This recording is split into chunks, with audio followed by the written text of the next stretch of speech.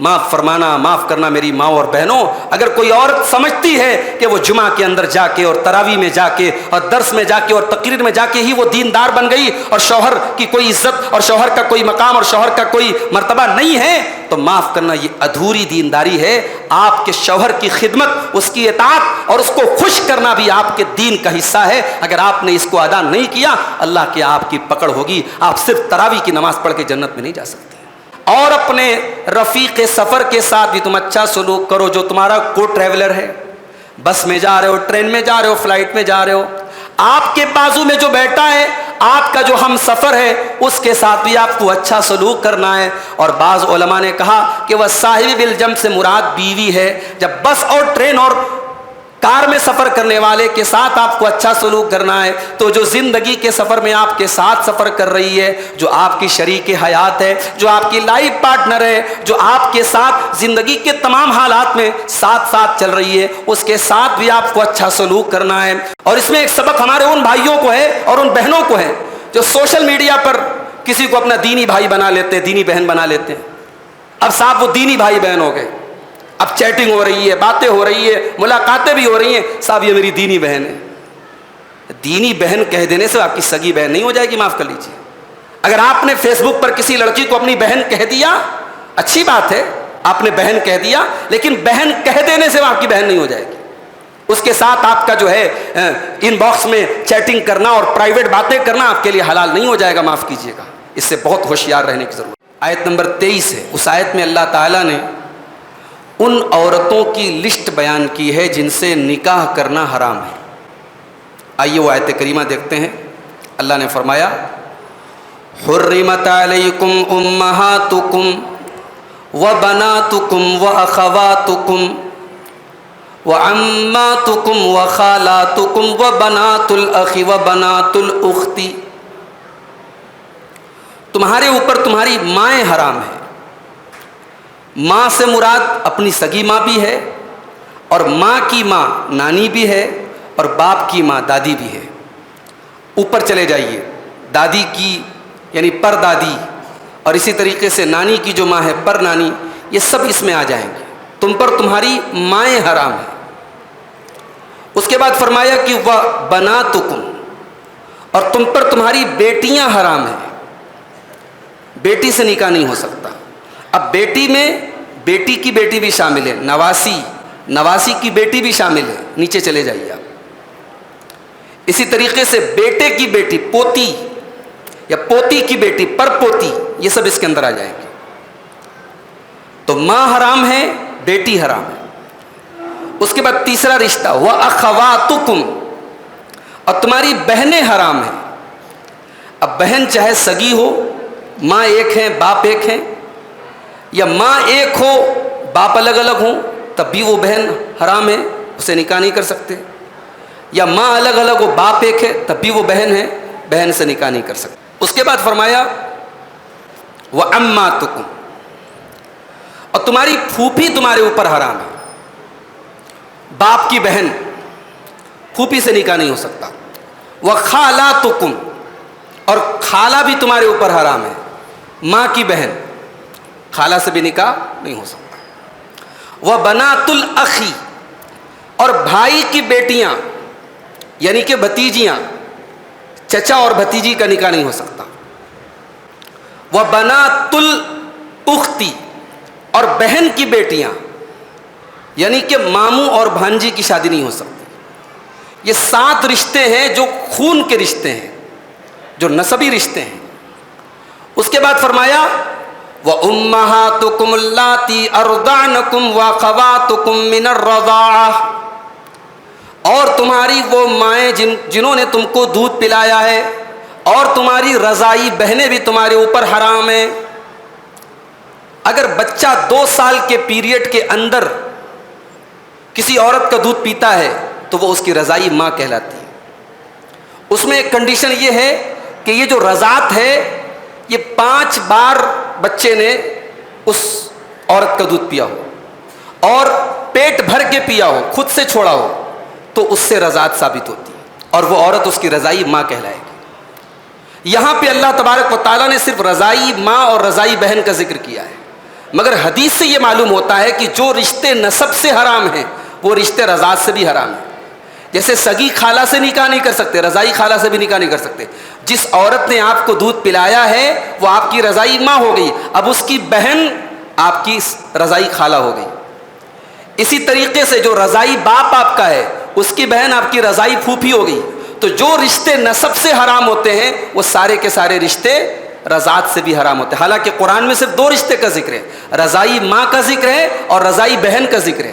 مگر حدیث کو ہم جب سامنے رکھتے ہیں تو معلوم ہوتا ہے کہ رضاعت سے بھی وہ سارے رشتے حرام ہو جاتے ہیں جو نسب سے حرام ہوتے ہیں.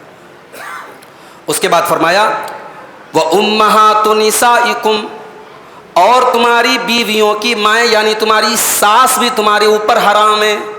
جس عورت سے آپ کا نکاح ہو گیا، صرف نکاح ہو گیا، رخصتی ہوئی ہو یا نہ ہو، اس کی ماں آپ کے لیے حرام ہو گئی. اب اس کی ماں سے آپ نکاح نہیں کر سکتے. وَرَبَائِبُكُمُ اللَّاتِي فِي حُجُورِكُم مِّن نِّسَائِكُمُ اللَّاتِي دَخَلْتُم بِهِنَّ، اور تمہاری وہ عورتیں جن سے تم نے نکاح کیا اور تمہاری ان سے ملاقات ہوئی ہے، ان عورتوں کی بیٹیاں بھی تمہارے لیے حرام ہیں. یعنی مان لیجئے کہ کسی مطلقہ عورت سے انسان شادی کرتا ہے، کسی بیوہ عورت سے شادی کرتا ہے، اب اس کے پہلے شوہر کی جو بیٹی ہے اس سے آپ نکاح نہیں کر سکتے. مگر یہاں ایک کنڈیشن یہ ہے کہ اس بیوہ یا مطلقہ عورت سے جب آپ نے نکاح کیا تو نکاح کے بعد ملاقات بھی ہوئی ہو.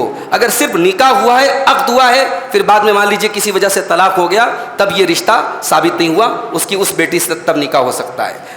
جو عورت انسان کے نکاح میں آ جائے اور باقاعدہ طور پر اس کی بیوی بن جائے، اب اس کی پہلے شوہر کی جو بیٹی ہے اس سے نکاح نہیں ہو سکتا. اس کے بعد فرمایا وَحَلَائِلُ أَبْنَائِكُمُ الَّذِينَ مِنْ أَصْلَابِكُمْ، اور تمہارے اپنے سگے بیٹوں کی بیویاں بھی تمہارے اوپر حرام ہیں. اپنے سگے بیٹے کی، جو آپ کا اپنا بیٹا ہے، اس کی بیوی یعنی آپ کی بہو بھی آپ کے اوپر حرام ہے. اس کے بعد فرمایا وَأَن تَجْمَعُوا بَيْنَ الْأُخْتَيْنِ، اور 2 بہنوں کو اکٹھا کرنا بھی حرام ہے. ایک انسان اپنی سالی سے، بیوی اگر اس کے نکاح میں ہے تو سالی سے نکاح نہیں کر سکتا. مگر یہاں یہ بات یاد رہے کہ سالی سے نکاح تو نہیں کر سکتے جب تک بیوی ہمارے نکاح میں ہے، مگر اس کا مطلب یہ نہیں کہ سالی ہمارے لیے محرم ہو گئی، سالی کے ساتھ اٹھنا بیٹھنا اور جو ہے پردہ نہ کرنا یہ سب جائز ہو گیا. ایسا نہیں ہے، سالی تب بھی غیر محرم ہے. یہ ایک کنڈیشنل حرمت ہے کہ جب تک آپ کی بیوی آپ کے نکاح میں ہے یا بیوی زندہ ہے تب تک آپ اپنی بیوی کی بہن سے شادی نہیں کر سکتے. تو اللہ نے یہاں کہا کہ 2 بہنوں کو اکٹھا نہیں کر سکتے. حدیث سے یہ معلوم ہوتا ہے کہ پھوپھی اور بھتیجی کو بھی اکٹھا نہیں کر سکتے. یعنی اگر کوئی عورت آپ کے نکاح میں ہے تو اس کی بھتیجی یا اس کی پھوپھی سے آپ اس کے رہتے ہوئے ایک ساتھ نکاح نہیں کر سکتے. اسی طریقے سے خالہ اور بھانجی سے اکٹھے نکاح نہیں کر سکتے. آپ کی بیوی کی جو خالہ ہے یا آپ کی بیوی کی جو بھانجی ہے، جب تک آپ کی بیوی آپ کے نکاح میں ہے آپ اس سے نکاح نہیں کر سکتے. یہ لسٹ اللہ تعالیٰ نے بیان کی. اس کے بعد اللہ نے فرمایا الا ما قد سلف، اب تک جو کر چکے اب تک ان رشتوں کے معاملے میں جو گڑبڑ ہوئی، اب آئندہ سے تمہیں احتیاط کرنا ہے. اور یہ جو رشتے بتائے جا رہے ہیں ان میں سے کسی عورت سے تمہیں نکاح نہیں کرنا ہے. ان اللہ کان غفور الرحیم، بے شک اللہ تعالیٰ بہت بخشنے والا رحم کرنے والا ہے. اب یہاں سے قرآن کا 5واں پارہ شروع ہو رہا ہے. والمحصنات من النساء، اور اے مسلمانوں وہ عورتیں بھی تمہارے اوپر حرام ہیں جو آلریڈی کسی کے نکاح میں ہو. جو کسی کی بیوی ہے جب تک نکاح میں ہے آپ اس سے نکاح نہیں کر سکتے. اچھا، شادی شدہ عورتوں کے لیے یہاں اللہ تعالیٰ نے جو لفظ استعمال کیا محصنات جانتے کس کو کہتے ہیں؟ عربی میں حصن کہتے ہیں فورٹ کو، قلعہ کو. اس کا مطلب یہ ہوا کہ جب ایک عورت کسی کے نکاح میں آ گئی تو گویا کہ وہ محفوظ ہو گئی، اس کو ایک پروٹیکشن مل گیا، وہ ایک قلعے کے اندر آ گئی، اس کی عزت اس کی آبرو محفوظ ہو گئی. اس کا مطلب یہ ہوا کہ سماج میں کسی بھی عورت کا بغیر نکاح کے رہنا اس کی عزت اور آبرو کے لیے بہت بڑا خطرہ ہے. چاہے وہ عورت کنواری ہو، چاہے مطلقہ ہو، چاہے وہ بیوہ ہو، کسی عورت کا بغیر شوہر کے رہنا یہ پروٹیکشن سے اس کو دور کرنا ہے، اس کو اس قلعے سے دور کرنا ہے جو قلعہ اللہ تبارک و تعالیٰ نے اس کو دیا ہے. والمحصنات من النساء، ان عورتوں سے تم نکاح نہیں کر سکتے جو آلریڈی کسی کے نکاح میں ہیں. اس کے بعد فرمایا کتاب اللہ علیکم، یہ اللہ تبارک و تعالیٰ کا حکم ہے تمہارے اوپر، وہ احل لکم ما وراء ذالکم، اور ان عورتوں کے علاوہ تم تمام عورتوں سے نکاح کر سکتے ہو۔ کزن سے شادیاں ہو سکتی ہیں، خالہ کی لڑکی ہے، ماموں کی لڑکی ہے، چاچا کی لڑکی، ان سے نکاح ہو سکتا ہے۔ بعض غیر مسلموں کو دیکھتا ہوں کہ وہ سوشل میڈیا پہ بڑا مذاق اڑاتے ہیں اسلام کا، کہ صاحب اسلام میں کزن سے شادی کرنے کی اجازت دی گئی ہے، تو اس میں کیا حرج ہے؟ بھئی یہ طے کرنے والے ہم کون ہوتے ہیں؟ یہ اللہ کا قانون ہے۔ اللہ نے جن رشتوں کو بتایا کہ یہ حرام ہے وہ حرام ہے، جن رشتوں کو اللہ نے بتایا کہ ان سے نکاح ہو سکتا ہے ہو سکتا ہے۔ اب اس میں کوئی کہتا ہے صاحب چاچا کی لڑکی کو تو ہم بہن مانتے ہیں، خالہ کی لڑکی کو تو ہم بہن مانتے ہیں۔ بھئی ایسے تو پوری انسانی برادری ایک دوسرے کو بھائی بہن مانتی ہے، سارے انسان آپس میں بھائی بہن ہیں، آدم کی اولاد ہے، حوا کی اولاد ہے، سارے مسلمان آپس میں بھائی بہن ہیں۔ تو بھائی بنا لینے سے یا بہن کہہ لینے سے کوئی بہن نہیں ہو جاتی۔ اور اس میں ایک سبق ہمارے ان بھائیوں کو ہے اور ان بہنوں کو ہے جو سوشل میڈیا پر کسی کو اپنا دینی بھائی بنا لیتے ہیں، دینی بہن بنا لیتے ہیں۔ اب صاحب وہ دینی بھائی بہن ہو گئے، اب چیٹنگ ہو رہی ہے، باتیں ہو رہی ہے، ملاقاتیں بھی ہو رہی ہیں، صاحب یہ میری دینی بہن ہے۔ دینی بہن کہہ دینے سے آپ کی سگی بہن نہیں ہو جائے گی، معاف کر لیجیے۔ اگر آپ نے فیس بک پر کسی لڑکی کو اپنی بہن کہہ دیا، اچھی بات ہے، آپ نے بہن کہہ دیا، لیکن بہن کہہ دینے سے وہ آپ کی بہن نہیں ہو جائے گی۔ اس کے ساتھ آپ کا جو ہے ان باکس میں چیٹنگ کرنا اور پرائیویٹ باتیں کرنا آپ کے لیے حلال نہیں ہو جائے گا، معاف کیجیے گا۔ اس سے بہت ہوشیار رہنے کی ضرورت ہے۔ اور یہاں اللہ تبارک و تعالیٰ کی رحمت دیکھیے، اللہ نے حرام کی لسٹ تو بتائی ہے، حلال کی کوئی لسٹ نہیں بتائی۔ اللہ نے بتایا یہ عورتیں حرام ہیں، جب حلال کا نمبر آیا تو اللہ نے کیا فرمایا؟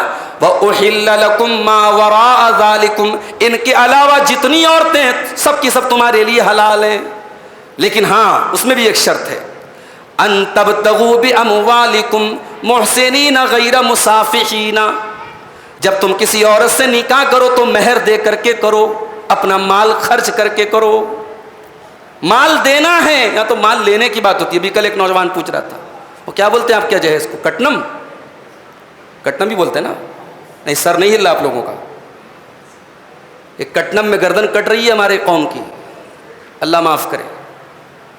یا مال دینا ہے، اللہ کہہ رہا ہے جس عورت سے تمہیں نکاح کرنا ہے مال دینا ہے، یا تو صاحب مال لینے کی بات ہو رہی ہے۔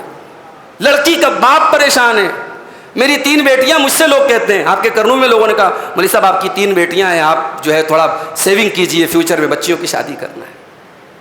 یعنی لڑکیاں پیدا ہوتی ہیں، لوگ باپ کو یعنی یہ ذہن میں ڈال دیتے کہ صاحب اب یہ خرچہ لے کے آئی ہیں، یہ ذمہ داری لے کر کے آئی ہیں، اب ان کی شادی کرنا ہے، لاکھوں روپے کا آپ کو خرچہ کرنا ہے۔ کیا ہم نے نظام بنا دیا میرے بھائی؟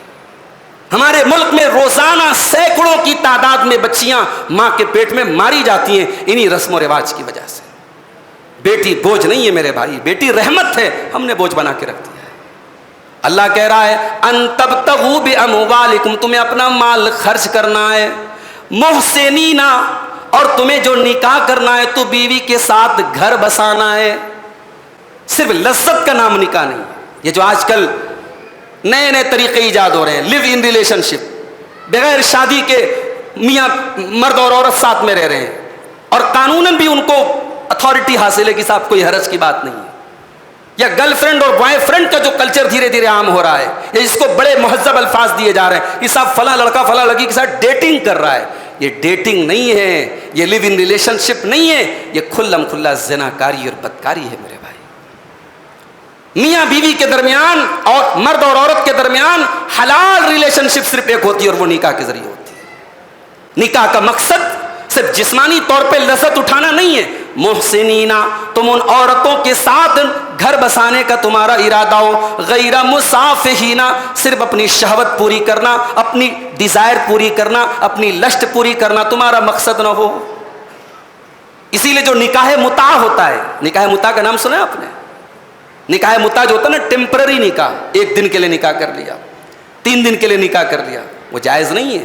شروع میں تھا جائز، بعد میں حرام ہو گیا، کیونکہ آپ نے جس عورت کے ساتھ 3 دن کے لیے نکاح کیا، ایک دن کے لیے نکاح کیا، تو آپ نے گھر بسانے کے لیے کہاں نکاح کیا؟ آپ نے 3 دن کی لذت کے لیے نکاح کیا، 3 دن ختم، نکاح ختم۔ اسلام میں نکاح ایک بہت ہی بڑا کانٹریکٹ ہے، یہ لائف ٹائم کانٹریکٹ ہے۔ جب تک میاں بیوی کے درمیان کوئی بہت ایسے حالات نہ پیدا ہو جائیں کہ اب ساتھ میں نہیں رہ سکتے اور طلاق کی یا خلا کی نوبت آ جائے، شادی کا مقصد زندگی بھر ساتھ نبھانا ہے میرے بھائیوں. اللہ کہہ رہا ہے محسنین غیر مسافحین، جن عورتوں سے تم نکاح کرو مقصد گھر بسانا ہو، مقصد جو ہے ان کے ساتھ صرف شہوت پوری کرنا نہ ہو. اس کے بعد فرمایا فَانْكِحُوهُنَّ بِإِذْنِ أَهْلِهِنَّ، جن عورتوں سے تم نکاح کرو ان کے گھر والوں کی اجازت سے نکاح کرو. کورٹ میرج، لڑکی بھاگ کے شادی کر رہی ہے، جائز نہیں ہے اسلام میں. لڑکی کے گارجین کی اجازت کے بغیر لڑکی کی شادی نہیں. ہاں اگر گارجین زبردستی کہیں لڑکی کی شادی کر رہا ہے، لڑکی راضی نہیں ہے، لڑکی تیار نہیں ہے، گارجین زبردستی نکاح کر رہا ہے، وہ نکاح بھی اسلام میں ویلڈ نہیں ہے، اس نکاح کو بھی ختم کیا جا سکتا ہے. لڑکی اگر چاہے اسلامی عدالت میں یا علماء کو بٹھا کر کے وہ نکاح کو ختم کر سکتی ہے. اسلام میں دونوں کو اختیار دیا گیا ہے. ولی کی اجازت کے بغیر لڑکی کی شادی نہیں ہو سکتی اور ولی زبردستی لڑکی کی شادی نہیں کر سکتا. فَانْكِحُوهُنَّ بِإِذْنِ أَهْلِهِنَّ، تم ان عورتوں سے نکاح کرو ان کے گھر والوں کی اجازت سے. وَآتُوهُنَّ أُجُورَهُنَّ، اور ان عورتوں کو ان کا مہر دے دیا کرو بالمعروف، جو مہر دستور کے مطابق ہو. غیر مصافحات ولا متخذات اخدان، اور جن لڑکیوں سے تم نکاح کرو یہ دیکھ کر کے کرو کہ وہ لڑکیاں شریف ہوں، وہ لڑکیاں اچھے کیریکٹر کی ہوں، ان کا مقصد صرف شہوت پوری کرنا نہ ہو، یا چھپ کر کے سیکریٹ طریقے سے کوئی ریلیشن شپ نہ بناتی ہوں. اسلام میں نکاح کے ٹائم سب سے پہلے دینداری دیکھنے کا حکم دیا گیا. آپ جس لڑکی سے نکاح کر رہے ہیں وہ لڑکی دیندار ہے کہ نہیں، وہ لڑکی کیریکٹر والی ہے کہ نہیں، وہ لڑکی بااخلاق ہے کہ نہیں، پہلے یہ دیکھو. کہا کہ ایسی عورتوں سے نکاح مت کرو جن کا مقصد صرف شہوت پوری کرنا ہو، یا ایسی عورتوں سے نکاح مت کرو جو سیکریٹ ریلیشن شپ بناتی ہوں. نکاح کے اندر سیکریٹ ریلیشن شپ نہیں ہے، نکاح تو علل اعلان کیا جاتا ہے، سب کو بتا کے کیا جاتا ہے. اچھا، اب یہ جو نکاح کی تفصیل اللہ نے بیان کی، یہ بیان کرنے کے بعد اللہ نے ایک بڑی پیاری بات ارشاد فرمایا واللہ یرید ان یتوب علیکم، اللہ تبارک و تعالیٰ تو یہ چاہتا ہے کہ وہ تم پر اپنا کرم فرمائے. وَيُرِيدُ الَّذِينَ يَتَّبِعُونَ الشَّهَوَاتِ أَن تَمِيلُوا مَيْلًا عَظِيمًا، اور جو لوگ شہوتوں کی پیروی کرتے ہیں، جو خواہشات کی پیروی کرتے ہیں، وہ یہ چاہتے ہیں کہ تم سیدھے راستے سے بھٹک جاؤ. اللہ چاہتا ہے تم صحیح راستے پر چلو، تمہاری زندگی میں بدکاری نہ آئے، بے حیائی نہ آئے. اور جو شہوتوں کے پیروکار ہیں وہ چاہتے ہیں کہ تمہیں غلط راستے پہ لے کے چلے جائیں. یہ جتنے بے حیائی کے راستے ہیں، چاہے وہ نوجوان لڑکوں کو غلط راستے پہ لے کے جا رہے ہو یا لڑکیوں کو غلط راستے پہ لے کے جا رہے ہو، یہ سارے راستے اللہ سے دور کرنے والے ہیں. وَيُرِيدُ الَّذِينَ يَتَّبِعُونَ الشَّهَوَاتِ، جو لوگ خواہشات کی پیروی کرتے ہیں وہ تو یہی چاہتے ہیں أَن تَمِيلُوا مَيْلًا عَظِيمًا، کہ تم اللہ کے راستے سے بہت دور چلے جاؤ. يُرِيدُ اللَّهُ أَن يُخَفِّفَ عَنْكُمْ، اللہ تو چاہتا ہے وہ تمہارے ساتھ آسانی کرے. وَخُلِقَ الْإِنسَانُ ضَعِيفًا، اور انسان بہت کمزور پیدا کیا گیا ہے. کبھی آپ نے غور کیا اسلام میں 4 شادی کی اجازت دی گئی، اسلام میں نکاح کا کانسیپٹ رکھا گیا، کیوں رکھا گیا؟ دنیا کے بہت سارے مذہب میں نکاح نہیں ہے. آپ کے ہندوستان میں بہت سارے لوگ زندگی بھر شادی نہیں کرتے اور بڑے بڑے عہدوں پر صاحب براجمان ہیں. کوئی چیف منسٹر بنا ہے، کوئی ملک کا وزیر اعظم بنا ہے. شادی یعنی میریٹل لائف نہیں ہے ان کی زندگی میں، بیوی کا کوئی رول نہیں ہے، بیوی کا کوئی حق ادا نہیں کرتا. پورے دیش کو چلا رہے، گھر کو نہیں چلا پا رہے. اسلام کہتا ہے نہیں، انسان کمزور ہے. انسان اگر یہ کہتا ہے صاحب میری زندگی میں عورت کی ضرورت ہے، جھوٹ بول رہا ہے. وہ انسان کی زندگی میں عورت کی ضرورت ہے. وَخُلِقَ الْإِنسَانُ ضَعِيفًا، اللہ کہہ رہا ہے انسان کمزور پیدا کیا گیا عورت کے معاملے میں. آج بڑے بڑے وہ پادری اور بڑے بڑے چرچ میں رہنے والے جو کہتے ہیں صاحب ہم تو دنیا سے کٹے ہوئے ہیں، ان کے اسکینڈل سامنے آتے ہیں. انہی چرچ میں کام کرنے والی جو ننس ہوتی ہیں، جو اس میں کام کرنے والی عورتیں ہوتی ہیں، ان کے ساتھ ان کے جو ہے حرام تعلقات کی خبریں آتی ہیں. کیوں آتی ہیں؟ کیونکہ فطرت سے بغاوت ہے. اللہ تبارک و تعالیٰ نے جو نیچر ہمارا بنایا ہے، جو نظام بنایا ہے، اس نظام سے بغاوت ہے. اسی لیے ہمارے مذہب میں نکاح ہے، اور نبی نے نکاح کو اپنی سنت کا، نکاح من سنتی، نکاح میری سنت ہے. اس لیے جب تک انسان واقعی میں اس کے ساتھ کوئی بڑی مجبوری نہ ہو، فزیکلی وہ شادی کرنے کے لائق نہیں ہے یا فائنینشلی ابھی وہ اس لائق نہیں ہے کہ اپنی بیوی کی ذمہ داری اٹھا سکے، تب تک نکاح اس کو ضرور کر لینا چاہیے. نکاح کے لائق ہو تو نکاح ضرور. اللہ کہہ رہا ہے وَخُلِقَ الْإِنسَانُ ضَعِيفًا، انسان بہت کمزور پیدا کیا گیا ہے. اس کے بعد ایک بہت بڑی خوشخبری ہمیں سنائی گئی. ان تمام گناہوں کے راستے سے روکنے کے بعد اللہ نے ایک بڑی پیاری بات ہم کو بتائی، ان تجتنبوا کبائر ما تنہون عنہ نکفر عنکم سیئاتکم وندخلکم مدخلا کریما۔ اے میرے بندو، اگر تم کبیرہ گناہوں سے بچو گے، اگر تم بڑے بڑے گناہوں سے بچو گے، ہم تمہارے چھوٹے گناہوں کو تو یوں ہی معاف کر دیں گے، وَنُدْخِلْكُمْ مُدْخَلًا كَرِيمًا، اور بڑی عزت کی جگہ تم کو داخل کریں گے، یعنی جنت میں داخل کریں گے۔ کبیرہ گناہ کس کو کہتے ہیں؟ حضرت عبداللہ ابن عباس کہتے ہیں کہ کبیرہ گناہ ان گناہوں کو کہا جاتا ہے جن گناہوں کے اوپر قرآن و حدیث میں جہنم کی وعید آئی ہو کہ یہ کام کرو گے جہنم میں چلے جاؤ گے، جیسے شرک کرنا ہے، جیسے نماز نہ پڑھنا ہے، جیسے شراب پینا ہے، جیسے جھوٹ بولنا ہے، جیسے رشتہ کاٹنا ہے، جیسے چغلی کرنا ہے، یہ سارے کام جس پر جہنم کی وعید آئی ہو، یا جس کام کے کرنے پر لعنت کا ذکر آیا ہو قرآن و حدیث میں، یا جس کام کے بارے میں حدیث میں یہ آیا ہو کہ یہ کام کرو گے اللہ کا غضب تمہارے اوپر ہوگا، وہ سارے کام کبیرہ گناہ ہے۔ اور یہ اللہ کا کتنا بڑا انعام ہے میرے بھائیوں کہ آپ کبیرہ گناہوں سے بچیں گے تو اللہ کا وعدہ ہے کہ جو کبیرہ کے علاوہ چھوٹے چھوٹے گناہ ہیں وہ آٹومیٹیکلی معاف ہو جائیں گے، اور اگر آپ کبیرہ سے نہیں بچیں گے تو پھر صغیرہ گناہوں کی بھی پکڑ ہوگی، پھر چھوٹے چھوٹے گناہوں کی بھی پکڑ ہوگی۔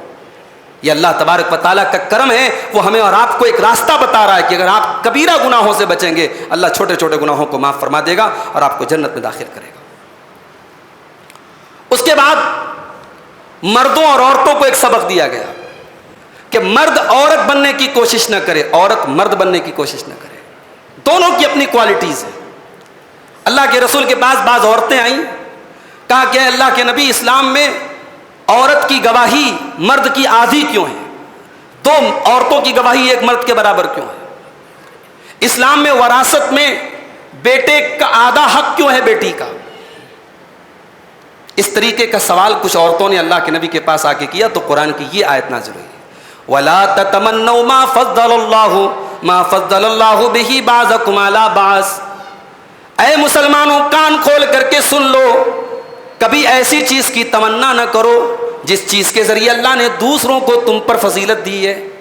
اللہ نے ایک دوسرے کو جن چیزوں کے اوپر فضیلت دی ہے ان چیزوں کی تمنا نہ کرو۔ لِلرِّجَالِ نَصِيبٌ مِّمَّا اكْتَسَبُوا وَلِلنِّسَاءِ نَصِيبٌ مِّمَّا اكْتَسَبْنَا۔ مرد جو کام کریں گے ان کو اپنی کمائی کا پورا پورا حصہ ملے گا، عورتیں جو کام کریں گی ان کو اپنی کمائی کا پورا پورا حصہ ملے گا۔ کیا مطلب؟ یعنی اگر کوئی عورت یہ سوچتی ہے کہ اسلام میں یہ چیز مردوں کو دی گئی ہم کو کیوں نہیں دی گئی، یا مرد اگر یہ سوچتا ہے کہ عورت کو یہ چیز دی گئی ہمیں کیوں نہیں دی گئی، یہ بیوقوفی کی بات ہے۔ ایک دوسرے کو اللہ نے کیا دیا اس پر ایک دوسرے سے حسد مت کرو، ایک دوسرے سے تمنا مت کرو، بلکہ یہ یاد رکھو کہ تم جو کرو گے تمہیں پورا ثواب ملے گا، عورت جو کرے گی اس کو پورا ثواب ملے گا۔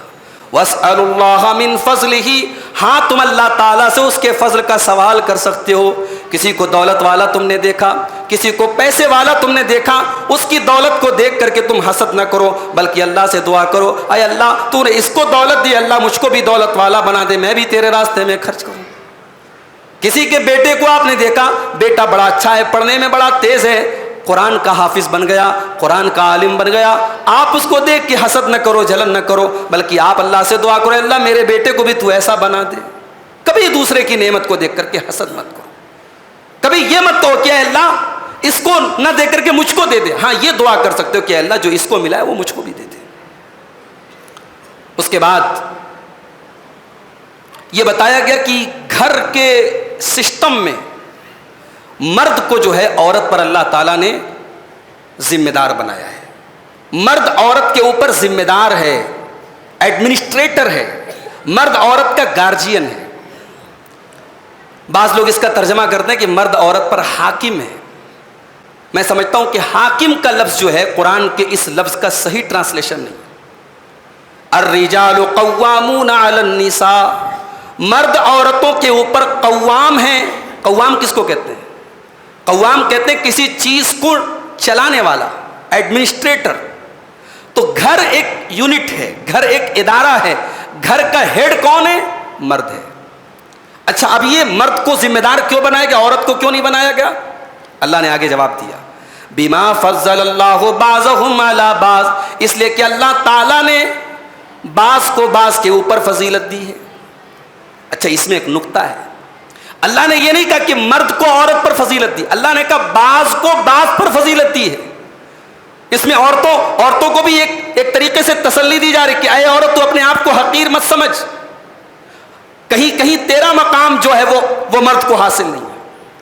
ایک بچے کی پرورش کرنے کے سلسلے میں، ایک اولاد کو پالنے کے سلسلے میں جو کام عورت کر سکتی ہے مرد نہیں کر سکتا میرے بھائی۔ مرد گھر میں رہتا کتنی دیر ہے؟ دن میں چلا گیا، دکان پہ چلا گیا، جاب پہ چلا گیا، بزنس کے لیے چلا گیا، گھر میں 24 گھنٹے تو عورت رہتی ہے۔ اس لیے کہتے ہیں کہ عورت جو ہے بچوں کو بنانے والی، سنوارنے والی عورت ہوتی ہے۔ اسی لیے اگر ماں صحیح نہ ہو، ماں گڑبڑ ہو تو بچے گڑبڑ ضرور ہو جائیں گے۔ تو اللہ نے کہا کہ مرد عورتوں پر قوام ہے، کیوں؟ بما فضل اللہ بعضهم علی بعض، اس لیے کہ اللہ تعالیٰ نے بعض کو بعض پر فضیلت دی ہے۔ کچھ معاملے میں مردوں کو عورتوں کے اوپر فضیلت دی، کچھ معاملے میں عورتوں کو مردوں کے اوپر فضیلت دیا۔ وَبِمَا أَنفَقُوا مِنْ أَمْوَالِهِمْ، اور کما کر کے لانا اور خرچ کرنا یہ اللہ نے مردوں کا کام بتایا ہے، اس لیے گھر کا ذمہ دار اللہ نے مرد کو بنایا ہے۔ جن گھروں کا نظام عورتوں کے ہاتھ میں چلا جائے اور مرد بیچارہ چوڑی پہن کے بیٹھ جائے، وہ گھر نہیں بن سکتا میرے بھائی۔ یہ اللہ کے قانون سے بغاوت ہے کہ گھر کا نظام عورت کے ہاتھ میں دے دیا جائے۔ ہاں ایکسیپشن کی بات الگ ہے، عورت بیوہ ہو گئی، شوہر اپاہج ہو گیا، شوہر بیمار ہو گیا، شوہر مر گیا، اب ظاہر ہے کہ وہ بھائی ایک ایکسیپشنل حالات تھے، لیکن نارمل حالات میں گھر کا ذمہ دار مرد ہے۔ اور اللہ کہہ رہا ہے کہ یہ کام ہم نے مرد کو دیا ہے۔ کیوں دیا ہے؟ اس لیے کہ ہم نے مرد کو عورت کے مقابلے میں طاقتور بنایا ہے۔ بھئی ہم یہ تو کامن سینس کی بات ہے، یہ ایکسپیرینس بتاتا ہے، یہ تجربہ بتاتا ہے کہ عورت کے مقابلے میں مرد زیادہ مضبوط ہے۔ ہاں کوئی ہزاروں میں کوئی ایک عورت پہلوان بن جائے، باڈی بلڈر بن جائے، کشتی میں لڑنے والی بن جائے، مرد کو بھی اٹھا کے پٹک دے، بھائی وہ ہزاروں میں کوئی ایک کیس ہوتا ہے۔ نارمل حالات تو یہی نہ ہے کہ مرد کے مقابلے میں عورت کمزور ہے، عورت نازک ہے۔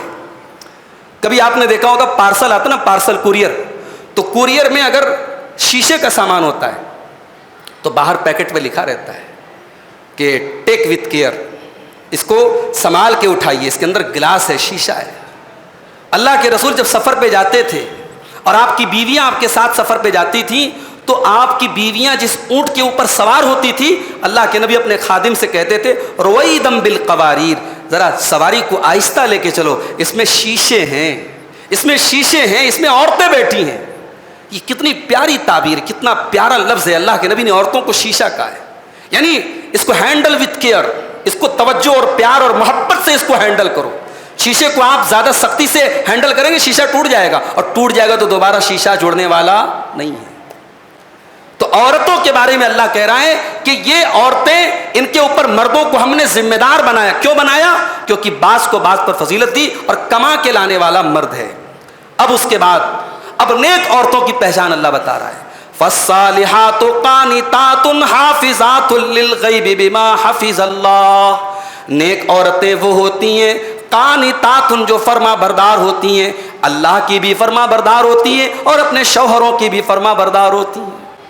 معاف کیجئے گا، بعض عورتیں ایسی ہوتی ہیں صاحب تراویح کی نماز میں پابندی سے آتی ہیں، جمعہ کی نماز میں پابندی سے آتی ہیں، کوئی درس نہیں چھوٹتا، کوئی تقریر نہیں چھوٹتی، موبائل پر علماء کی تقریریں بھری پڑی ہیں، مگر شوہر سے عزت سے بات تک نہیں کرتی، شوہر کی ایک بات نہیں مانتی، شوہر کا دل دکھاتی ہیں، شوہر کو یعنی جو ویلو اور جو مقام دینا چاہیے وہ نہیں دیتی۔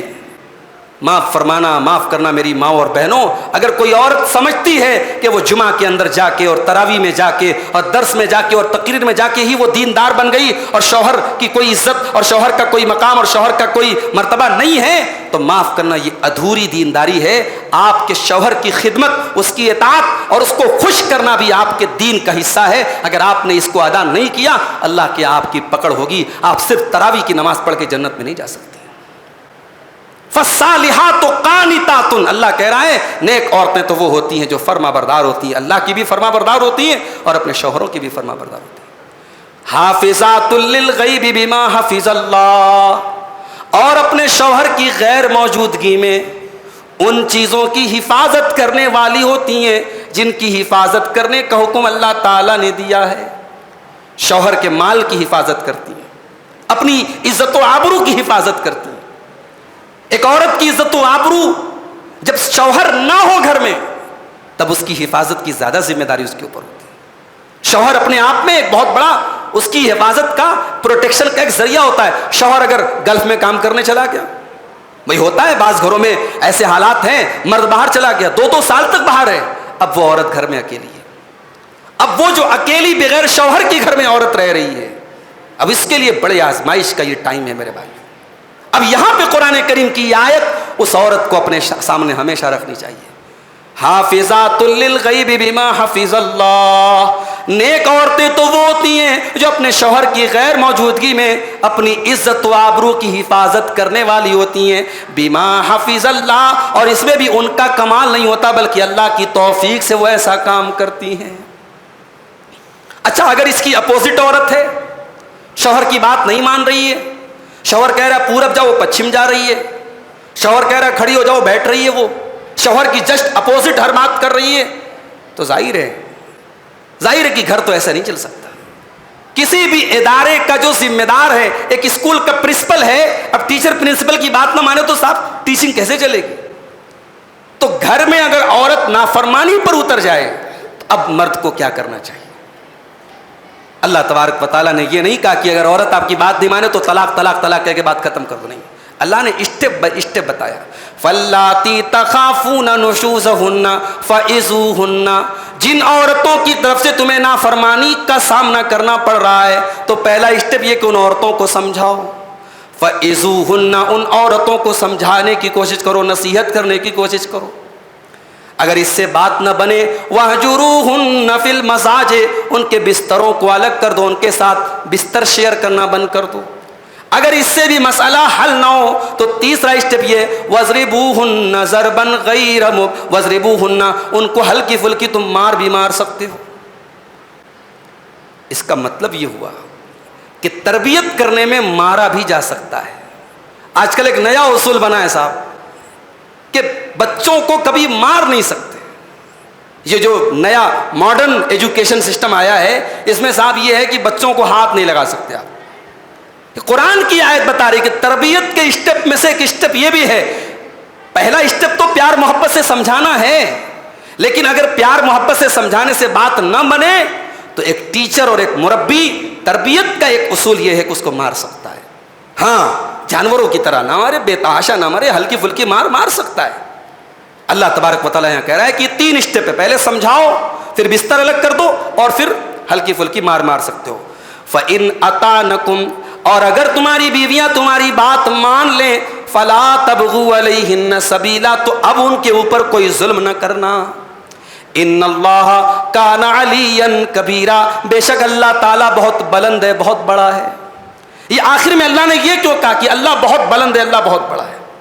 یہ کہہ کر کہ اللہ تبارک و تعالیٰ ان تمام مردوں کو سبق دے رہا ہے جو اپنی عورتوں پر ظلم کرتے ہیں, عورتوں کو بے وجہ مارتے پیٹتے اور ذلیل کرتے ہیں. اللہ کہہ رہا ہے میرے بندو, اگر تم نے اپنی عورت پر ظلم کیا ہے تو ذرا یاد کرو, تم سے کہیں زیادہ پاور تمہارا رب تمہارے اوپر رکھتا ہے. وہ تو علی ہے, وہ تو بلند ہے, وہ تو بڑا ہے, لیکن وہ تم پر کبھی ظلم نہیں کرتا ہے. وہ تو تمہارے گناہوں کو معاف بھی کر دیتا ہے. تم توبہ کر لو تو تمہارے پچھلے سارے گناہوں کو معاف کر دیتا ہے, اور تم اپنی عورت پر ظلم کرتے ہو, اپنی بیوی پر ظلم کرتے ہو.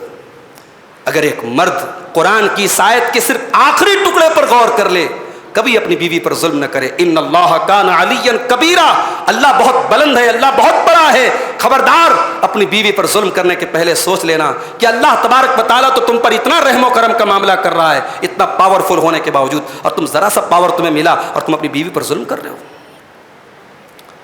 اس کے بعد یہ بتایا گیا کہ میاں بیوی کے درمیان اگر جھگڑا ہو جائے تو بیوی کے گھر والوں میں سے بھی اور شوہر کے گھر والوں میں سے بھی ایک حکم بنا لیا جائے, ایک جج بنا لیا جائے. وَإِنْ خِفْتُمْ شِقَاقَ بَيْنِهِمَا فَبَعْثُوا حَكَمًا مِّنْ أَهْلِهِ وَحَكَمًا مِّنْ أَهْلِهَا, اگر تمہیں میاں بیوی کے درمیان جھگڑے کا اندیشہ ہے اور میاں بیوی کے درمیان رشتہ صحیح طریقے سے نہیں چل پا رہا ہے, فَبَعْثُوا حَكَمًا مِّنْ أَهْلِهِ, تو شوہر کے گھر والوں میں سے کسی ایک کو پنچ بنا لو. وَحَكَمًا مِّنْ أَهْلِهَا, اور عورت کے گھر والوں میں سے بھی کسی ایک کو حکم بنا لو. یہی آیت تھی. حضرت عبداللہ ابن عباس گئے تھے خوارج کے پاس, حضرت علی کے دور میں جب حضرت علی حضرت معاویہ کے درمیان جنگ ہو رہی تھی اور پھر آپس میں یہ طے پایا کہ حضرت علی حضرت معاویہ صلح کر لیں اور ایک آدمی کو حضرت علی نے اپنا ثالث بنا لیا, حضرت معاویہ نے بھی ایک آدمی کو اپنا ثالث بنا لیا, تو اس موقع پر خوارج نے بغاوت کی تھی. خوارج نے بغاوت کی اور حضرت علی کو بھی کافر کہا تھا, حضرت معاویہ کو بھی کافر کہا تھا. اور جب عبداللہ ابن عباس ان کو سمجھانے گئے تو انہوں نے کہا کہ صاحب انہوں نے تو حضرت علی نے حضرت معاویہ نے تو جو ہے بہت گڑبڑ کام کر دیا. انہوں نے ایک انسان کو اللہ کے دین میں ایک انسان کو ثالث بنا لیا, ایک انسان کو حکم بنا لیا. تو عبداللہ ابن عباس نے قرآن کی یہی آیت پڑھی تھی کہ اگر گھر کے میٹر میں میاں بیوی کے جھگڑے میں اگر قرآن کہہ رہا ہے کہ شوہر کے گھر والوں میں سے کسی ایک کو حکم بنا لو اور بیوی کے گھر والوں میں سے کسی ایک کو حکم بنا لو, تو عبداللہ ابن عباس نے کہا بتاؤ کیا ایک گھر کا میٹر زیادہ بڑا ہے یا پوری اسلامی حکومت کا میٹر زیادہ بڑا ہے؟ اگر ایک گھر کو بنانے کے لیے کسی ایک انسان کو حکم بنایا جا سکتا ہے تو پوری اسلامی حکومت اور ہزاروں لاکھوں لوگوں کے خون کو بچانے کے لیے کیوں نہیں ایک انسان کو حکم بنایا جا سکتا ہے؟ بڑی لاجیکل دلیل تھی عبداللہ ابن عباس نے, اور خوارج کو ان کی بات ماننا پڑا تھا. تو قرآن کہہ رہا ہے کہ میاں بیوی کے درمیان اگر جھگڑا ہو گیا, بات نہیں بن پا رہی ہے, تو پہلے آپس میں صلح کی کوشش کرو. شوہر کے گھر والوں میں سے ایک آدمی کھڑا ہو جائے, بیوی کے گھر والوں میں سے ایک آدمی کھڑا ہو جائے. اب اس کے بعد اگلا جملہ سنیے, ان یریدا اصلاحا یوفق اللہ بینہما, اگر یہ دونوں لوگ آپس میں میل ملاپ کرنا چاہیں گے تو ضرور اللہ تعالیٰ کوئی نہ کوئی راستہ نکال دے گا.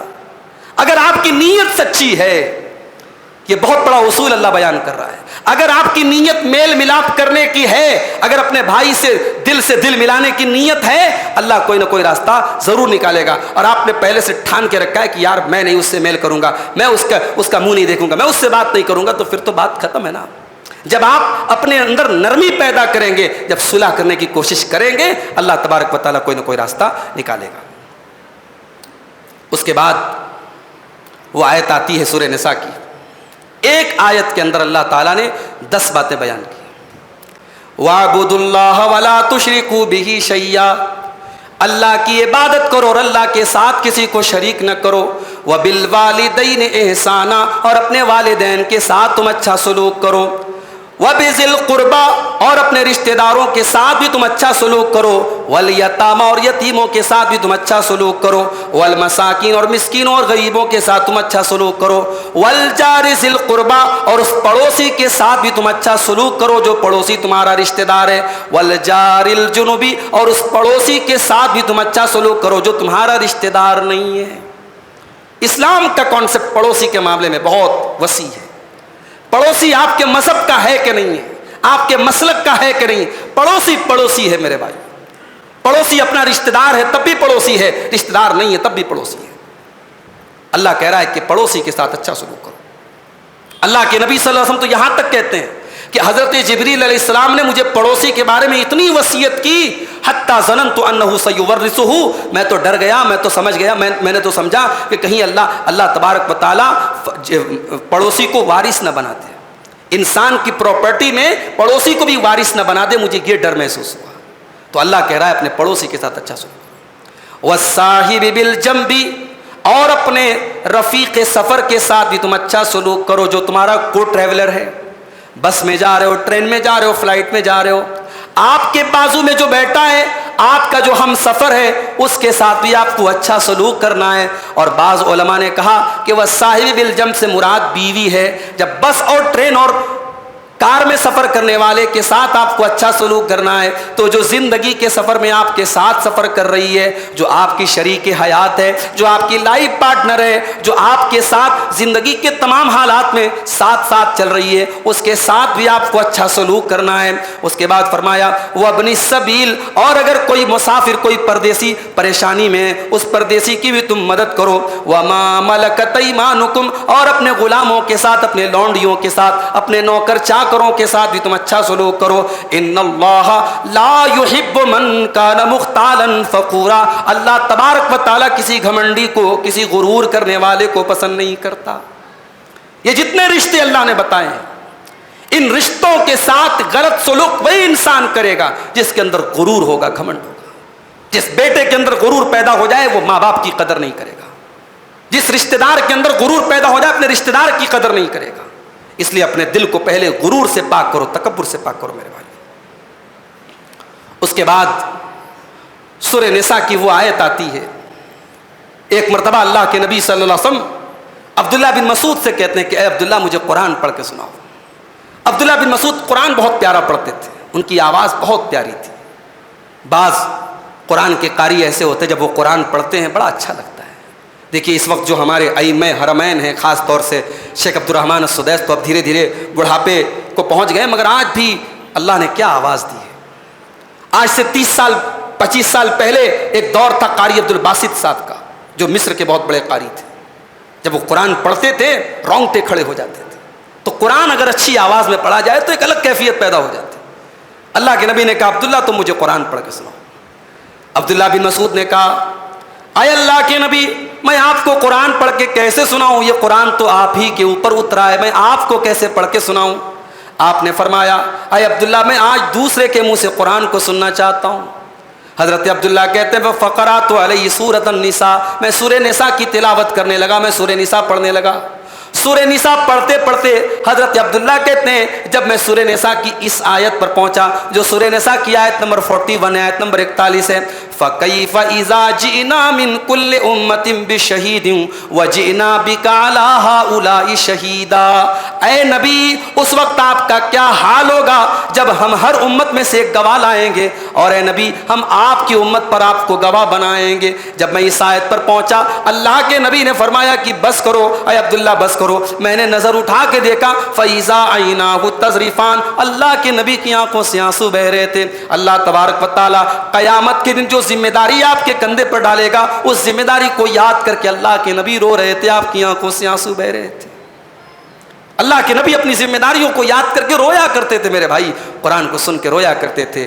ہم اور آپ قرآن سنتے ہیں مگر ہمارے دلوں پر کوئی اثر نہیں ہوتا, کیونکہ قرآن کریم ہمارے دل کے تاروں کو نہیں چھیڑتا ہے. ہم قرآن کو سمجھنے کی کوشش نہیں کرتے, قرآن پر غور نہیں کرتے. اس کے بعد وہ آیت نازل ہوتی ہے شراب کے سلسلے میں, جو دوسری آیت نازل ہوتی ہے. شراب کے بارے میں پہلی آیت سورہ بقرہ کی نازل ہوئی کہ شراب اور جوا کے بارے میں اے نبی لوگ آپ سے پوچھتے ہیں, آپ کہہ دیجئے کہ شراب اور جوئے میں نقصان بھی ہے کچھ فائدہ بھی, لیکن نقصان زیادہ ہے, گناہ زیادہ ہے. اور دوسری آیت نازل ہوئی تھی سورہ نساء کی آیت, یا ایھا الذین آمنوا لا تقربوا الصلاۃ وانتم سکارا, اے ایمان والو تم نشے کی حالت میں شراب پی کر کے کبھی تم نماز کے قریب نہ جانا, حتی تعلموا ما تقولون, جب تک تمہیں یہ پتہ نہ چلے کہ تم کیا کہہ رہے ہو, جب تک تم ہوش و حواس میں نہ رہو تب تک تمہیں نماز کے قریب نہیں جانا ہے. بعض صحابہ سے یہ واقعہ ملتا ہے کہ اس وقت شراب حرام نہیں تھی, شراب کے نشے میں نماز پڑھنے لگے تو قرآن کی آیتوں کو غلط پڑھنے لگے. ظاہر ہے کہ شراب کے اندر ایسی کیفیت ہوتی ہے کہ انسان اپنے ہوش میں نہیں رہتا. تو اللہ نے کہا کہ نماز میں ایسی حالت میں مت جاؤ جب تمہیں اپنا ہوش نہ ہو. نماز میرے بھائیوں ایک ایسی عبادت ہے جس میں آپ کو اپنا 100% اس پر فوکس کرنا ہے. اگر آپ کو پیشاب کی حاجت ہے, لیٹرین کی حاجت ہے, نماز مت پڑھیے, آپ پہلے اپنی حاجت کو پورا کیجیے. اللہ کے رسول نے فرمایا اگر کھانا لگا ہے, بھوک لگی ہے, دسترخوان لگا ہے, پہلے کھانا کھا لو پھر آپ نماز کے لیے آؤ. نماز میں آپ ایسی حالت میں مت آؤ. آج کل بعض لوگ کیا کرتے ہیں, موبائل کو وائبریٹ میں رکھ دیتے ہیں. اب وہ صاحب جیب میں رکھا ہوا ہے, اب کسی کا فون آیا وائبریٹ ہو رہا ہے, اب یہ رکوع میں ہے, سجدے میں, اب یہ سوچ رہا ہے پتہ نہیں کس کا فون آیا ہے, پتہ نہیں کتنی بڑی پارٹی کا فون, کتنے لاکھ کا میرا نقصان ہو رہا ہے, جلدی سے فون اٹھا لوں.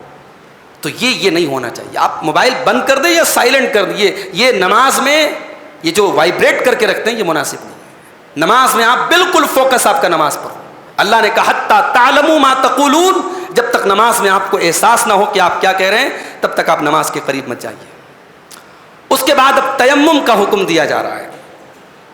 فرمایا وَإِن كُنتُم مَرْضَىٰ, اگر تم بیمار ہو, او علی سفر, یا تم سفر کی حالت میں ہو, او جاء احد منکم من الغائط, یا تم لیٹرین کی حاجت سے تم فارغ ہو کر کے آئے ہو, او لامستم النساء, یا تم نے اپنی بیوی سے ملاقات کی ہے اور تمہارے پاس پانی نہیں ہے, فلم تجدوا ماء, تمہارے پاس پانی نہیں ہے, فتیمموا صعیدا طیبا, تو تم پاک مٹی سے تیمم کرو, فامسحوا بوجوہکم وایدیکم, تم اپنے چہروں کے اوپر اور اپنے ہاتھوں کے اوپر مٹی لگا کر کے اپنے چہرے پر ہاتھ پھیر لو اور اپنے ہاتھوں کو پھیر لو. تیمم کا آپشن دیا گیا. یعنی اسلام کتنا پیارا دین ہے کہ آپ ناپاک ہیں, اور آپ کے پاس پانی نہیں ہے، اور ظاہر ہے نماز تو پڑھنا ہے، نماز تو معاف نہیں ہے، تو اسلام نے کوئی ایسی سچویشن نہیں رکھی ہے کہ آپ نماز پڑھتے وقت یہ محسوس کریں کہ میں ناپاک ہوں۔ اگر پانی نہیں ہے، آپ بیمار ہیں، یا پانی استعمال کرنے پر سخت بیمار ہونے کا اندیشہ ہے، شریعت میں تیمم کا آپشن رکھا گیا۔ اور یہ نوٹ کر لیجئے کہ تیمم جیسے وضو کا الٹرنیٹ ہے، ویسے غسل کا بھی الٹرنیٹ ہے۔ مان لیجئے آدمی ناپاک ہو گیا، اس کے اوپر غسل واجب ہے لیکن پانی نہیں ہے، اور فجر کی نماز اس کو پڑھنا ہے، تو اب وہ کیا کرے گا؟ وہ تیمم کر کے فجر کی نماز پڑھ لے گا۔ یہ بہت بڑی نعمت اللہ تبارک و تعالیٰ نے ہم کو دی، فرمایا میرے بندو تم تیمم کر کے نماز پڑھ لو، ان اللہ کان عفوا غفورا، اللہ تبارک و تعالیٰ بہت معاف کرنے والا، بخشنے والا ہے۔ اب اس کے بعد ایک دو آیت میں پڑھ کے بات ختم کرتا ہوں۔ سورہ نساء کی آیت نمبر 69 آپ دیکھیے، اللہ فرماتا ہے وَمَن يُطِعِ اللَّهَ وَالرَّسُولَ فَأُولَٰئِكَ مَعَ الَّذِينَ أَنْعَمَ اللَّهُ عَلَيْهِم مِّنَ النَّبِيِّينَ، جو اللہ کی اطاعت کرے گا، جو رسول کی اطاعت کرے گا، وہ قیامت کے دن فَأُولَٰئِكَ مَعَ الَّذِينَ أَنْعَمَ اللَّهُ عَلَيْهِم، وہ ان بندوں کے ساتھ رہے گا جن بندوں کے اوپر اللہ کا انعام ہوا ہے، مِّنَ النَّبِيِّينَ، وہ نبیوں کے ساتھ رہے گا، وَالصِّدِّيقِينَ، اور صدیقین کے ساتھ رہے گا، وَالشُّہَدَاء، اور شہداء کے ساتھ رہے گا، وَالصَّالِحِينَ، اور نیک بندوں کے ساتھ رہے گا۔ ایک مرتبہ اللہ کے نبی کے پاس ایک صحابی آئے، کہا اے اللہ کے نبی میں آپ سے بہت محبت کرتا ہوں، اتنی محبت کرتا ہوں کہ جب بھی آپ کی یاد آتی ہے میں آپ کے پاس چلا آتا ہوں، لیکن اے اللہ کے نبی میں سوچتا ہوں جب میرا انتقال ہو جائے گا میں اللہ کو پیارا ہو جاؤں گا۔ اے اللہ کے نبی آپ تو نبیوں کے ساتھ ہوں گے، میں تو عام مسلمان ہوں، میں اللہ تعالیٰ کے یہاں جانے کے بعد، میں جنت میں جانے کے بعد اے اللہ کے نبی آپ کا دیدار کیسے کروں گا، میں آپ کو کیسے دیکھوں گا؟ اللہ کے نبی نے کوئی جواب نہیں دیا، آپ نے کوئی جواب نہیں دیا۔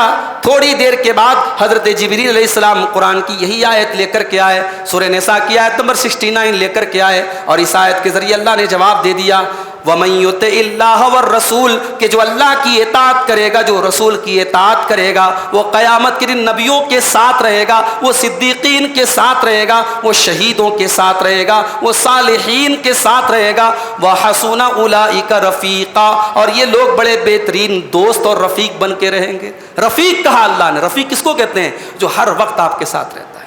اس کا مطلب ایسا نہیں کہ جنت میں اگر اللہ کی اور رسول کی کوئی اطاعت کرے گا تو ایسا نہیں کہ نبیوں کے ساتھ تو رہے گا مگر نبیوں سے مل نہیں سکتا، بس دور دور سے نبیوں کا دیدار کرے گا۔ نبی لوگ سیلیبریٹی کی طرح ہوں گے اور یہ دور سے دیدار کرے گا، ایسا نہیں، بلکہ نبیوں کے ساتھ اور صدیقین کے ساتھ دوستوں کی طرح رہے گا، جو واقعی میں اللہ کی اطاعت کرے گا اور رسول کی اطاعت کرے گا۔ اس سے یہ بھی سبق ملا کہ زبان سے محبت رسول کا دعویٰ کر لینا کافی نہیں ہے۔ اگر کوئی چاہتا ہے کہ قیامت کے دن اپنے نبی کے ساتھ رہے تو وہ اپنے نبی کی صرف محبت کا دعویٰ نہ کرے بلکہ اپنے نبی کی سچی اطاعت کرے، نبی کی پیروی کرے، نبی کے راستے پر چلے، انشاءاللہ قیامت کے دن اللہ تبارک و تعالیٰ اسے اپنے نبی کے ساتھ رہنے کا شرف عطا کریں گے۔ اللہ تعالیٰ ہم سب کو یہ مقام عطا فرمائے۔ یہ ایک سوال آیا ہے، مسجد میں تراویح اور وتر بھی میں پڑھ رہا ہوں، پھر تہجد بھی پڑھ رہا ہوں، لیکن مجھے سمجھ میں نہیں آ رہا ہے کہ وتر کس طرح سے پڑھوں، مجھے اس کی کلیئرٹی آپ دیجئے۔ میں نے ایک دن شاید اسی تفسیر کے درس میں یہ بتایا تھا کہ اللہ کے نبی صلی اللہ علیہ وسلم سے ایک رات میں تراویح اور تہجد کے نام سے دو الگ الگ نماز ثابت نہیں ہے، آپ نے ایک ہی نماز پڑھی ہے۔ وہی نماز جسے ہم عام دنوں میں تہجد کہتے ہیں، وہی نماز رمضان میں تراویح کہلاتی ہے، اور ہماری اور آپ کی سہولت کے لیے اسے عشاء کے بعد اللہ کے نبی نے پڑھا ہے اور عشاء کے بعد ہم پڑھتے ہیں۔ تو ہمیں اور آپ کو اگر ثواب حاصل کرنا ہے تو ہم تراویح کی نماز میں جماعت سے 8 رکعت تراویح پڑھ رہے ہیں، 3 رکعت وتر پڑھ رہے ہیں، ہمیں پورا ثواب مل رہا ہے۔ اللہ کے نبی فرماتے ہیں کہ جو امام کے ساتھ تراویح کی نماز پڑھتا ہے اس کو رات بھر قیام کرنے کا ثواب ملتا ہے، شرط یہ ہے کہ پوری نماز پڑھے، حتیٰ ینصرفا، جب تک امام اپنی نماز کو کمپلیٹ نہ کر لے تب تک وہ نماز سے فارغ نہ ہو۔ تو آپ نے تراویح پڑھ لیا، وتر پڑھ دیا، آپ کو پوری نماز کا ثواب ملا۔ ہاں اگر آپ چاہتے ہیں کہ بھائی میں رات میں اٹھ کر کے آخری حصے میں عبادت کروں تو بہتر یہ ہے کہ پھر آپ تراویح مت پڑھیے، آپ عشاء کی نماز پڑھیے، 2 رکعت سنت پڑھیے، آپ آرام سے گھر جائیے، اور گھر میں آپ رات میں اٹھ کر کے جب آپ کا جی چاہے آپ اٹھ کر کے تہجد پڑھیے۔ اس میں آپ کو دیر رات میں پڑھنے کا ثواب تو ملے گا مگر جماعت سے پڑھنے کا جو ثواب ہے وہ آپ کو نہیں ملے گا۔ اور اگر آپ ایسا کرتے کہ مسجد میں بھی آپ 8 رکعت پڑھ رہے ہیں اور گھر پہ جا کے بھی آپ تہجد پڑھ رہے ہیں، تو یہ سنت سے اس کی دلیل نہیں ملتی ہے. یہ ہم یہ تو نہیں کہتے کہ یہ ناجائز ہو جائے گا، غلط ہو جائے گا، لیکن یہ مناسب نہیں ہوگا. ہمارے لیے بہتر کیا ہے؟ ہمارے نبی کا طریقہ ہے. اور ہمارے نبی کا طریقہ کیا تھا کہ آپ رات کی نماز 11 رکعت سے زیادہ نہیں پڑھتے تھے. تو آپ ایسا بھی کر سکتے ہیں کہ آپ 8 رکعت امام کے ساتھ پڑھ لیجئے، آپ آخر حصے میں اٹھ کر کے وتر پڑھ لیجئے. وتر اگر آپ نے پڑھ لی ہے تو پھر دوبارہ آپ کوئی نماز نہیں پڑھیں گے. اگر آپ کا ارادہ رات میں پڑھنے کا ہے تو آپ 8 رکعت پڑھ کے وتر کو لاسٹ میں پڑھ لیجئے. لیکن سب سے بہتر جو رمضان میں جو آپشن ہمارے لیے ہے وہ یہ ہے کہ ہم وتر کی نماز بھی تراویح کے ساتھ امام کے ساتھ جماعت سے پڑھیں تاکہ ہم کو پوری رات قیام کرنے کا ثواب مل جائے. تو یہی اس سلسلے میں میرا مشورہ ہے جو دلیل کی روشنی میں زیادہ مضبوط بات ہمیں سمجھ میں آتی ہے. اللہ تعالیٰ سے دعا ہے رب العالمین ہمیں قرآن کریم کو سمجھنے کی اور اس پر عمل کرنے کی توفیق عطا فرمائے. آمین. وآخر دعوانا الحمد للہ رب العالمین. السلام علیکم ورحمۃ اللہ وبرکاتہ.